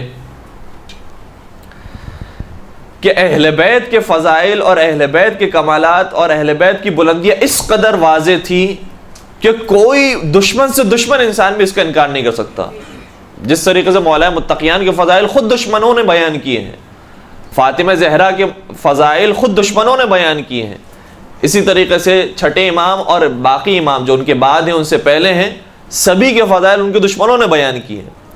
اور جب دشمن فضائل بیان کرے تو اس کا مطلب یہ ہے کہ واقعاً وہ اس کے اندر کوالٹی موجود ہے. امام شافعی نے تو یہ کہا، اچھا میں نے جیسے شروع میں بھی اشارہ کیا تھا کہ ابو حنیفہ اور امام مالک کا زمانہ چھٹے امام کے زمانے سے قریب کا زمانہ ہے، ہم زمانہ ہے. لیکن امام شافعی اور امام احمد ابن حنبل یہ تقریباً 50 سے 100 برس کے بعد پیدائش ہوئی ہے اور ان کے بعد کا زمانہ ہے. تقریباً یہ 8ویں امام سے لے کر 11ویں امام کے زمانے کے یہ دونوں شخصیات ہیں. امام شافعی یہ کہتے ہیں کہ کفا فی فضل مولانا علی وقوع الشک فیہ انہ اللہ ومات الشافعی ولیس یدری علی ربہ ام ربہ اللہ. کیا خوبصورت جملے ہیں. کہتے ہیں کہ ہمارے مولا علی کے فضائل میں صرف یہی بات کافی ہے کہ علی کے اندر جب ہم تفکر اور غور کرتے ہیں تو ہمیں اس میں اللہ ہونے کی بو محسوس ہوتی ہے. شک ہوتا ہے علی کے بارے میں کہ کہیں وہ خدا نہ ہو. اور پھر وہ شافعی کہتے ہیں وَمَاتَ الشَّافِعِي، اور شافعی مر گیا وَلَيْسَ يَدْرِي، اور نہیں پہچان سکا کہ علی ربہ ام ربہ اللہ، کہ اس کا رب اللہ ہے یا اس کا رب علی ہے. یہ جملے جو شافعی نے کہے ہیں یہ فضائل مولا کائنات میں بہت بڑے جملے ہوں گے، لیکن ہمارا یہ عقیدہ نہیں ہے کہ ہم مولا کائنات کو نعوذ باللہ خدا مانتے ہوں. ہمیں تو یقین ہے کہ علی ولی ہیں اللہ کے، علی حجت ہے خدا کی، علی خدا کی طرف سے امین بنائے گئے ہیں، لیکن خدا ہے اور خدا کی مخلوق ہے. آیت اللہ مامکانی نے باقاعدہ اس شعر کے نیچے یہ لکھا بھی ہے کہ یہ شعر امام شافعی کا ہوگا شعر، لیکن ہمارا عقیدہ یہ عقیدہ نہیں ہے کہ جو امام شافعی نے بیان کیا ہے. صرف بیان کرنے کا مقصد یہ ہے کہ اس طریقے سے وہ سمجھتے تھے اہل بیت کو اور پنجتن پاک کو. پھر ایک مقام پر کہتے ہیں کہ لو کان رفضا حب آل محمد فلیشہد الثقلان انی رافض ان کان حب الولی رفضا فاننی ارفض العباد. اگر آل محمد کی محبت انسان کو رافضی بنا دیتی ہے یعنی شیعہ بنا دیتی ہے، اس زمانے میں شیعوں کو رافضی کہا جاتا تھا کہ یہ منحرف ہو گئے، کہ اگر آل محمد کی محبت انسان کو رافضی بنا دیتی ہے تو جن اور انس گواہ رہے ہیں کہ میں سب سے بڑا رافضی ہوں، میں رافضی ہوں. اور کسی نے جب سوال کیا امام شافعی سے کہ ما تقول فی علی، آپ علی علیہ السلام کے بارے میں کیا کہتے ہیں، تو فرمایا ما اقول فی شخص اجتمعت له ثلاثه مع ثلاثه، میں اس شخص کے بارے میں کیا کہوں کہ تین باتوں کے ساتھ جس میں جمع ہو گئی. لا یجتمعن قط لاحد من بنی آدم، وہ تین باتیں جو تین باتوں کے ساتھ جمع ہوئی ہیں وہ اولاد آدم میں سے کسی انسان میں جمع نہیں ہو سکتی. وہ تین باتیں کیا ہیں جو جمع ہوئی ہیں؟ فرمایا الجود مع الفقر، علی غریب تھے مگر سخاوت کیا کرتے تھے. الشجاعت مع الرأی، علی سب سے بڑے دلیر بھی تھے اور سب سے بڑے عقل مند بھی تھے. اور فرماتے ہیں العلم مع العمل، علی سب سے بڑے عالم بھی تھے اور اپنے علم پر عمل کرنے والے بھی تھے. اور پھر آخری ایک شعر جو بڑا خوبصورت لگتا ہے مجھے، اور اس کے بارے میں باقی فارسی شعراء نے بھی کچھ کلام کیا ہے، بات طولانی ہو جائے گی، صرف اس شعر پر میں مکمل کروں. شافعی یہ کہتے ہیں کہ انا عبد لفتى انزل فيه هل اتى الى متى اکتمہ الى متى. کہتے ہیں کہ میں تو غلام ہوں اس جوان کا کہ جس کی شان میں حل عطا نازل ہوئی.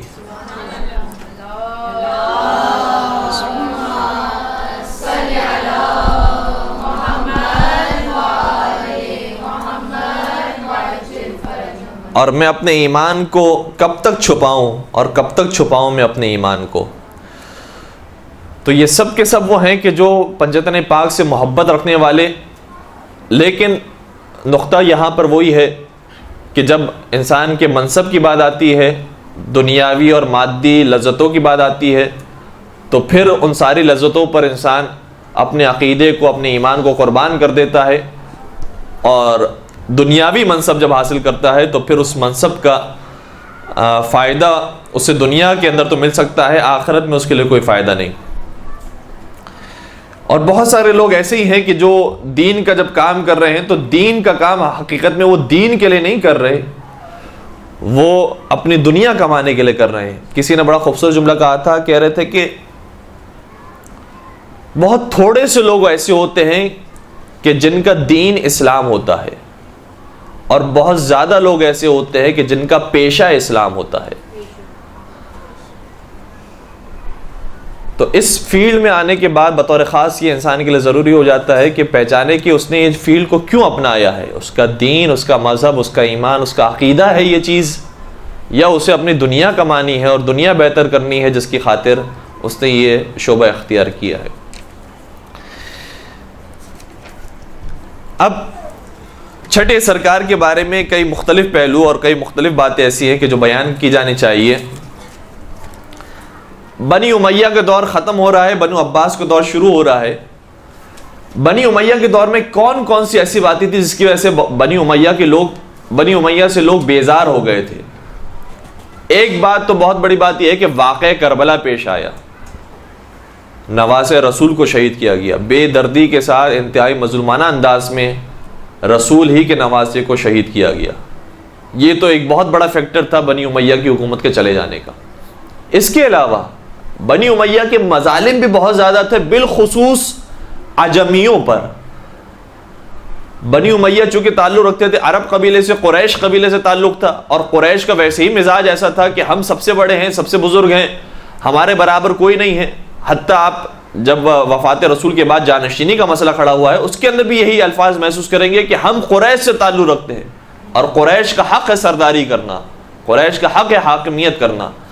تو اپنے آپ کو بڑا سمجھنا یہ بنی امیہ کے اندر موجود تھا، اور عجمیوں پر بے پناہ انہوں نے ستم کیا۔ لہٰذا جو ایرانی طاقت تھی، عجمیوں کی طاقت تھی، انہوں نے مل کر ساتھ دیا، اور اس طریقے سے حکومت ختم ہوئی ہے عربوں کی اور بنی امیہ کی۔ گرچہ دوبارہ سے جو حکومت آئی وہ بنی ہاشم کو نہ مل سکی، بنی عباس کے حکمرانوں کو ملی، لیکن بنی عباس والوں نے پھر یہ پالیسی اختیار کی کہ پھر عجمیوں کو بھی کچھ نہ کچھ حق دیا ہے عربوں کے ساتھ۔ کیا ان کے اوپر مظالم ڈائے جاتے تھے؟ عجمیوں کے اوپر بہت سارے مظالم، چند ایک کا تذکرہ میں آپ کی خدمت میں عرض کروں۔ مثلا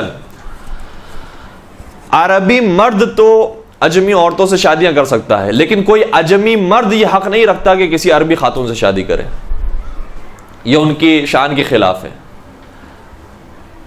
جو عرب ہیں وہ جب جنگ کے اندر جائیں گے تو وہ کسی سواری کے اوپر سوار ہو کر جائیں گے، اور جب عجمی جائیں گے جنگ کے اوپر تو انہیں سوار ہونے کا حق نہیں ہے، وہ پیدل جائیں گے سفر اور جنگ کرنے کے لیے۔ عرب اپنے ہاتھوں میں تیر و کمان رکھ کر مقابلہ کریں گے، اور عجمیوں کو تلوار دیں گے تاکہ وہ تن متن ہو کر لڑیں۔ عجم تن متن ہو کر لڑیں گے، انہیں زخم سہنا پڑے گا، لیکن عرب دور سے تیر ماریں گے اور ان کی جان خود محفوظ رہے گی۔ جب کھانا تقسیم کیا جائے گا تو عربوں کو زیادہ ملے گا، عجمیوں کو کم ملے گا۔ جب مال غنیمت تقسیم کیا جائے گا تو عربوں کو زیادہ ملے گا، عجمیوں کو کم ملے گا۔ جتنے لشکر کے سردار بنائے جائیں گے وہ عرب بنائے جائیں گے، عجم نہیں بنائے جائیں گے۔ جماعت قائم ہوگی تو امام جماعت عربی ہوگا، عجمی نہیں ہوگا۔ یہ وہ سارے فضائل تھے کہ جو مثال کے طور پر عربوں کے ذہنوں میں تھے اور اس پر عمل کر رہے تھے۔ پھر قرآن مجید سے دین کا نام لے کر ثابت کرتے تھے کہ ہم با فضیلت ہیں۔ سب سے پہلی بات تو یہ کہ قرآن مجید کس زبان میں نازل ہوا؟ کہتے تھے عربی زبان میں نازل ہوا، لہٰذا ہم با فضیلت ہیں۔ قرآن مجید جو خدا نے چنی ہے زبان، وہ عربی زبان چنی ہے، وہ کوئی دوسری زبان نہیں چنی۔ دوسری بات یہ کہ پیغمبر کو چنا تو پیغمبر بھی عربی تھے، عرب زمین سے تھے، لہٰذا عربیوں کو فوقیت حاصل ہے۔ خانہ کعبہ یہ بھی عرب زمین کے اندر موجود ہے، عجم زمین کے اندر نہیں ہے۔ تو جتنی باتیں ہیں جو پروردگار نے جس کا انتخاب کیا ہے، ان ساری چیزوں کا تعلق بھی عربی ممالک سے ہے، عجمی ممالک سے نہیں ہے۔ اچھا، اس کے مقابلے میں جو جواب دینے والے تھے، اور وہ بھی بھرپور جواب دینے والے تھے، اور ان کے اندر بھی کئی مرتبہ جاں بحق ہوئے لوگ، شہید ہو گئے لوگ، وہ ایک بات جو کہتے تھے، بڑی خوبصورت بات ان میں سے ایک یہ تھی کہ قرآن تمہارے درمیان ہے، رسول تمہارے درمیان ہے، خانہ کعبہ تمہارے درمیان ہے۔ اس کا مطلب یہ ہوا کہ تم اتنے نالائق تھے کہ تمہاری ہدایت کی پروردگار کو ضرورت محسوس ہوئی، ہماری ہدایت کی ضرورت ہی محسوس نہیں ہوئی۔ تم اتنے گمراہی کا شکار تھے، تم اتنے گمراہی میں ڈوبے ہوئے تھے کہ خدا نے یہ بہتر سمجھا کہ تمہیں پہلے ہدایت کے راستے پر لے کر آئے، ساری دنیا خود بخود ہدایت کے راستے پر آ جائے گی۔ اور چاہے عرب عجموں پر فضیلت کی بات کریں یا عجم عربوں کے اوپر فضیلت کی بات کریں، حقیقت یہ ہے کہ اسلام میں نہ عجم ہونا فضیلت کا معیار ہے، نہ عرب ہونا۔ اور یہ وہ معیار تھا کہ جو پیغمبر بار بار قائم کرنا چاہتے تھے، یہاں تک کہ حجۃ الوداع کے موقع پر بیان فرمایا کہ کسی عرب کو عجم پر فوقیت حاصل نہیں، کسی گورے کو کالے پر فوقیت حاصل نہیں، کسی قریش کو غیر قریشی پر فوقیت حاصل نہیں۔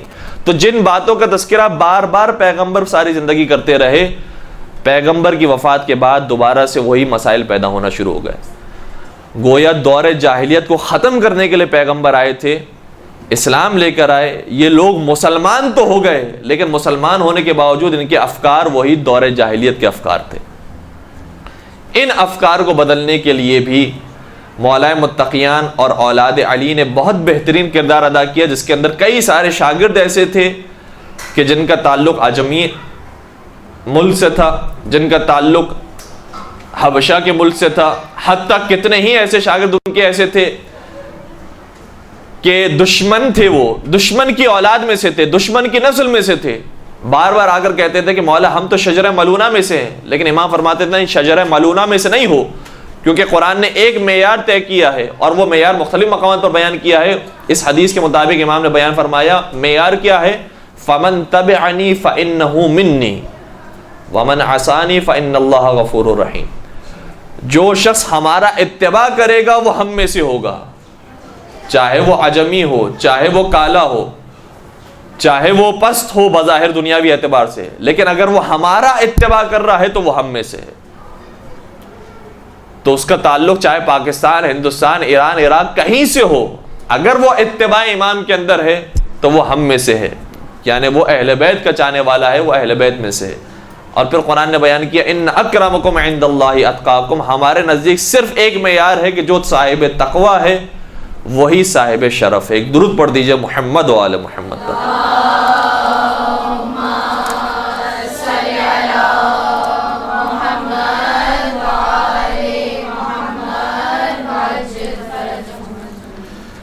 پھر چھٹے سرکار نے جس ایک روش کو ختم کرنے کی کوشش کی اور ابو حنیفہ نے اسے بہت پروان چڑھانے کی کوشش کی، وہ تھا قیاس کا مسئلہ، مسئلہ قیاس۔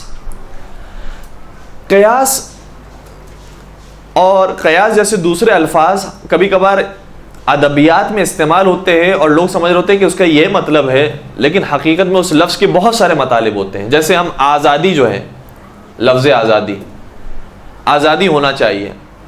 اب آزادی ہونا چاہیے، آزادی کا مطلب کیا ہے؟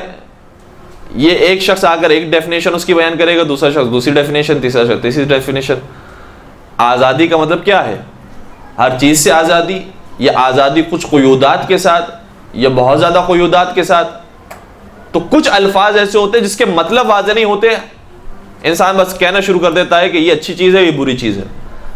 قیاس بھی انہی چیزوں میں سے ایک ہے۔ ایک قیاس وہ ہے کہ جو ابو حنیفہ کیا کرتا تھا، وہ برا قیاس، ناپسندیدہ قیاس، اور ایک قیاس وہ ہے کہ جو خود ہماری منطق کی کتابوں میں حوزہ علمیہ کے اندر پڑھایا جاتا ہے کہ یہ قیاس کیا جائے، وہ قیاس پسندیدہ قیاس ہے۔ دونوں قیاس میں فرق کیا ہے؟ جو قیاس ابو حنیفہ کیا کرتا تھا وہ یہ ہوتا تھا کہ ایک مسئلہ شرعی، ایک جزئی مسئلہ جس کے بارے میں پروردگار نے مثال کے طور پر کہا کہ یہ چیز واجب ہے، تو کہتا تھا کہ جب یہ چیز واجب ہے تو اس سے جو اوپر درجے کی چیز ہے، اس سے جو بڑے درجے کی چیز ہے، وہ یقیناً خود بخود واجب ہوگی۔ جب ایک چھوٹی چیز واجب ہے تو ایک بڑی چیز یقیناً واجب ہوگی۔ اس کی مثال میں آپ کی خدمت میں عرض کروں گا۔ جو دوسرا قیاس ہے کہ جو پسندیدہ قیاس ہے، اس کی مثال اس کی بعد میں عرض کر دوں۔ دوسرا قیاس کیا ہے جو آج حوزہ علمیہ کے اندر پڑھایا جاتا ہے اور کہا گیا ہے کہ یہ قیاس اگر کیا گیا ہے تو اس کے مطابق حکم شرعی دیا جا سکتا ہے۔ وہ کون سا قیاس ہے؟ وہ قیاس یہ ہے کہ ایک عمومی قاعدہ ہے۔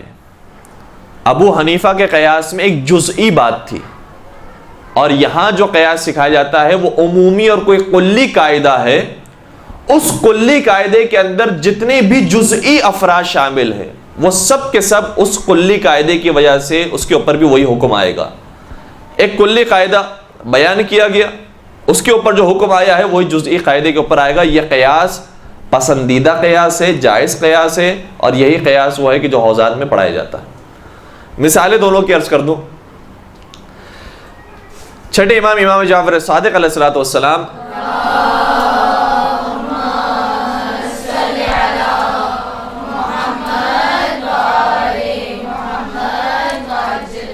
ایک مرتبہ ابو حنیفہ کے سامنے آئے اور کہا کہ میں نے سنا ہے کہ تم قیاس سے فیصلہ کرتے ہو، بلکہ اس کے اندر مختلف روایتیں آئی ہیں۔ مثلا 3 بزرگان تھے جس میں سے ایک ابو حنیفہ تھا، بعض میں آیا کہ خود تنہا تھا ابو حنیفہ، اور امام نے بیان کیا، امام نے سوال کیا کہ بتاؤ کہ تم کیا قیاس پر عمل کرتے ہو؟ جس مسئلے کے بارے میں تمہیں کہیں سے کوئی حکم نہیں ملتا تو اس میں قیاس سے کام لیتے ہو؟ کہتا ہے کہ عجیب، میں قیاس سے کام لیتا ہوں اور قیاس کے مطابق حکم جاری کرتا ہوں۔ امام نے سوال کیا اچھا پھر یہ بتاؤ کہ قتل بڑا گناہ ہے یا زنا بڑا گناہ ہے؟ فوراً سے کہتا ہے کہ قتل بڑا گناہ ہے۔ امام سوال کرتے ہیں کہ پھر تیرے مطابق تو نے اگر قیاس سے کام لینا ہے تو پھر تیرے مطابق تو ایک مسئلہ کھڑا ہو جائے گا، کیونکہ قتل تو کہہ رہا ہے کہ بڑا گناہ ہے، جبکہ قتل کے اندر صرف 2 گواہ آ جائیں گواہی دینے کے لیے تو کسی کے اوپر مقدمہ قائم ہو جاتا ہے اور قاتل کو اس کی سزا دے دی جاتی ہے۔ لیکن زنا کا اگر کوئی گناہ انجام دے تو زانی کے لیے 4 گواہ کی ضرورت ہے، 4 گواہ ہوں گے تو پھر اس کے اوپر سزا جاری ہوگی۔ اور تو جو قیاس کر رہا ہے اور تو جو یہ کہہ رہا ہے کہ میں ہر مسئلے کے اندر قیاس سے حکم لگاتا ہوں، تو زنا جو چھوٹا گناہ ہے اس میں جب 4 گواہ کی ضرورت ہے تو کم از کم قتل جو بڑا گناہ ہے اس میں بھی 4 گواہ کی ضرورت ہونی چاہیے، جبکہ یہاں پر تیرا قیاس غلط ثابت ہو جاتا ہے۔ اب اس میں کیا بات ہے؟ اس میں جزئی حکم ہے، ایک جزئی حکم جو زنا کے بارے میں دیا گیا ہے، شریعت نے جو زنا کے بارے میں بیان کیا گیا ہے، اس جزئی حکم کو کسی دوسرے جزئی حکم کی طرف اپلائی نہیں کیا جا سکتا، دونوں کے مسئلے الگ الگ ہیں۔ پھر امام نے ایک اور سوال کیا اچھا یہ بتا کہ تیرے نزدیک نماز بڑی عبادت ہے یا روزہ؟ کہتا ہے نماز بڑی عبادت ہے۔ کہ پھر یہ بتا کہ نماز میں جن ایام میں خواتین نماز نہیں پڑھتی ہیں اور قضا ہو جاتی ہے، نمازیں چھوڑ دیتی ہیں، انہیں تو دوبارہ پڑھنے کی ضرورت نہیں پڑتی، شریعت نے تو نہیں کہا کہ دوبارہ پڑھی جائے، لیکن اگر روزے چھٹ جائیں تو شریعت نے کہا ہے کہ واجب ہے کہ ان روزوں کو دوبارہ رکھے اور ان کی قضا کرے۔ جب روزوں کے بارے میں جو چھوٹی عبادت ہے قضا کا حکم دیا گیا ہے، تو نماز جو بڑی عبادت ہے بطریق اولا تیرے مطابق اس میں بھی قضا کرنی چاہیے۔ پھر امام نے بیان فرمایا اول ما قاس ابلیس، سب سے پہلے جس نے قیاس سے کام لیا وہ ابلیس تھا۔ ابلیس نے کون سا قیاس کیا تھا؟ قرآن مجید کی آیت ہے کہ جب آدم علیہ السلام کو سجدہ کرنے کا حکم دیا تو ابلیس نے کہا کہ میں تجھ سے بہتر ہوں، انا خیر منہ، میں آدم سے بہتر ہوں، خلقتنی من نار وخلقتہ من طین، مجھے خدا نے آگ سے پیدا کیا ہے اور اسے مٹی سے پیدا کیا ہے۔ اس موقع پر شیطان نے بھی موازنہ کیا 2 چیزوں کا، اور دونوں جزئی چیزیں تھیں، جزئی اور چھوٹی مثالیں تھیں۔ آگ کو مٹی سے موازنہ کیا، یہ سمجھا کہ آگ اور مٹی کا مقابلہ کیا جائے تو آگ مٹی کے اوپر غالب آ جاتی ہے اور مٹی کو خراب کر دیتی ہے، مٹی کو جلا دیتی ہے، مگر اس نے یہ نہیں سوچا کہ آگ کے کچھ ایسے نقصانات ہیں کہ جو مٹی کے اندر نہیں پائے جاتے، مٹی کے اندر کچھ ایسے فوائد ہیں کہ جو آگ کے اندر نہیں پائے جاتے۔ اس نے صرف ایک زاویے سے نگاہ کی اور یہ سمجھا کہ میں اس سے بہتر ہوں، چنانچہ سب سے پہلے قیاس کرنے والا ابلیس تھا۔ اگر تو نے بھی قیاس کیا ہے ایک حکم شرعی کو دوسرے حکم شرعی کے ساتھ تو تو نے بھی ابلیس کی پیروی کی ہے۔ اور پھر ایک مقام پر فرمایا ان دین اللہ لا یصاب بالعقول، خدا کی شریعت عقلوں سے ثابت نہیں ہوتی، خدا کی شریعت ہماری اور آپ کی ناقص عقلوں سے ثابت نہیں ہوتی۔ خدا جو عقل قل ہے، خالق عقل ہے، ہماری عقلوں کو پیدا کرنے والا ہے۔ اس نے جب اپنے علم کے مطابق جو فیصلہ کیا ہے کہ مثال کے طور پر فجر کی 2 رکعت ہو، ظہر عصر کی 4 رکعت ہو، مغرب کی 3 اور عشاء کی 4 رکعت ہو، تو پھر ہمارے عقل کے اندر یہ بات آئے یا نہ آئے، جب خالق عقل نے اس طریقے سے حکم دیا ہے تو اسی کے مطابق عمل کرنا چاہیے۔ یہ وہ قیاس ہے کہ جس کی مذمت کی گئی ہے، اور آج شاید معاشرے کے اندر آپ کو یہی قیاس نظر آئے گا کہ جب فلاں جگہ پر یہ حکم ہے تو یہاں پر بھی یہی حکم ہونا چاہیے۔ مثال کے طور پر جب جائز قرار دیا ہے کہ انسان نماز کی حالت میں، آپ خواتین کے لیے ایک مثال عرض کروں کہ خواتین کے لیے نماز کی حالت میں پیروں کا مثال کے طور پر ایک حصہ کھلا رکھنے کی اجازت ہے، اگر کوئی نامحرم مرد نہ دیکھ رہا ہو۔ لیکن اگر کوئی نامحرم مرد دیکھ رہا ہو تو پھر حکم دیا گیا کہ اس حصے کی بھی حفاظت کی جائے، اسے بھی چھپایا جائے۔ اب یہاں پر ہم قیاس کریں کہ کیا مرد، ایک عام نامحرم مرد، وہ زیادہ غیرت مند اور وہ زیادہ ایسا شخص ہے کہ جو انسان کو اور خاتون کو دیکھے گا، یہ پروردگار جو ہر جگہ سے انسان کو دیکھ رہا ہے، پروردگار جو ہر جگہ پر موجود ہے، جب اس پروردگار کے سامنے ہم کھڑے رہ کر اس طرح سے عبادت کر سکتے ہیں تو پھر کیوں ایک نامحرم مرد کے آ جانے کے بعد ہمیں کہا گیا کہ زیادہ حصے کو چھپایا جائے؟ ایک محرم رشتہ دار ہے، اس سے کہا گیا کہ اگر حجاب نہیں کیا جاتا، ایک عام ہولیے کے اندر خاتون موجود ہے تو کوئی مذائقہ نہیں، لیکن اگر کوئی نامحرم رشتہ دار آ جائے، چاہے وہ نامحرم رشتہ دار کے ساتھ ساری زندگی گزاری ہو، تب بھی حکم یہ دیا گیا ہے کہ اس کے سامنے حجاب کے ساتھ جائے۔ یہ ہماری عقل میں نہیں آتی بات، لیکن وہ جو خالق عقل ہے، ہماری بھی عقل کو پیدا کرنے والا ہے، اس نے یہ حکم دیا ہے کہ اسی کے مطابق عمل کیا جائے تو ویسے ہی عمل کیا جائے گا۔ یہ وہ قیاس ہے کہ جس کی مذمت کی گئی، وہ قیاس کہ جسے پسندیدہ قرار دیا گیا ہے، وہ ایک عمومی قیاس۔ وہ کون سا قیاس ہے؟ مثال کے طور پر میں اس کی ایک چھوٹی سی مثال عرض کروں، وقت تقریباً تمام ہو گیا۔ وہ یہ ہے کہ اگر یہ حکم آ گیا، ایک شریعت کا حکم ہے کہ جتنی بھی نشہ آور چیزیں ہیں ان کا استعمال کرنا حرام ہے، اور ان نشہ آور چیزوں میں سے ایک نشہ آور چیز مثلا شراب بھی ہے، ایک دوسری نشہ آور چیز کسی نے جدید زمانے میں ایجاد کی اور اسے بھی نشہ آتا ہے، وہ شراب نہیں ہے، وہ کوئی دوسری چیز ہے، وہ شراب کے علاوہ کوئی اور دوسری چیز ہے، لیکن اس کا بھی نتیجہ یہ نکلتا ہے کہ انسان کو نشہ آتا ہے۔ تو ایک عمومی قاعدہ یہ دیا گیا کہ جتنی بھی چیزیں نشہ آور ہیں سب حرام ہیں، چاہے وہ شراب ہو چاہے وہ شراب کے علاوہ ہو، تو خود بخود وہ چیز جو شراب نہیں ہے مگر نشہ لے کر آتی ہے وہ بھی حرام ہو جائے گی۔ اسے کہا جاتا ہے کہ یہ وہ قیاس ہے کہ جو صحیح قیاس ہے، اور اس قیاس کے مطابق اگر کوئی عمل کر رہا ہے تو وہ درست عمل کر رہا ہے۔ تو وہ قیاس کے جو حوزہ علمیہ کے اندر پڑھا جاتا ہے، منطق کی کتابوں میں پڑھا جاتا ہے اور جس کی تعریف بیان کی جاتی ہے، وہ قیاس کچھ اور ہے، اور ابو حنیفہ کا جو قیاس ہے اس کا معنی کچھ اور ہے، اس کا مطلب کچھ اور ہے، اور وہ ناقابل قبول اور ناپسندیدہ قیاس ہے۔ ایک درود پڑھ دیجیے گا محمد و آل محمد پر۔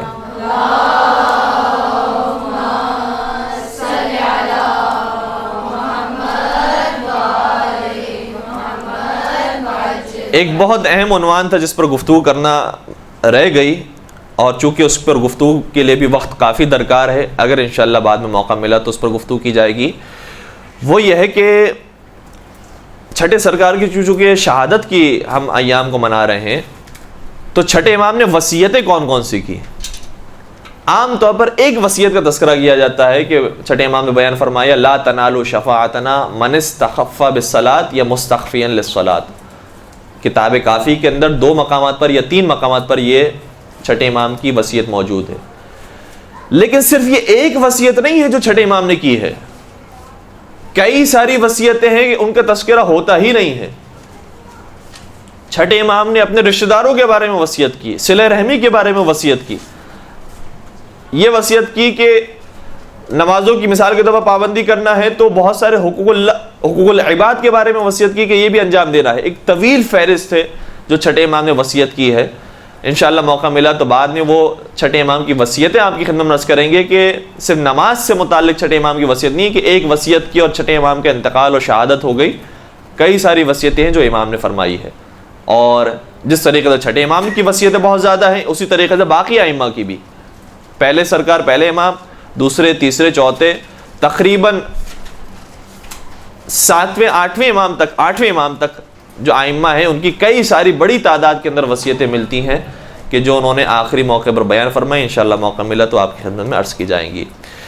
آپ کی عبادت کی قبولیت کے لیے، آپ کی توفیقات میں اضافے، ہماری توفیقات میں اضافے کے لیے، اور ہمارے تمام گناہ کبیرہ صغیرہ کی مغفرت کے لیے، مرحومین کی مغفرت کے لیے ایک باواز بلند درود پڑھ دیجئے محمد و آل محمد پر۔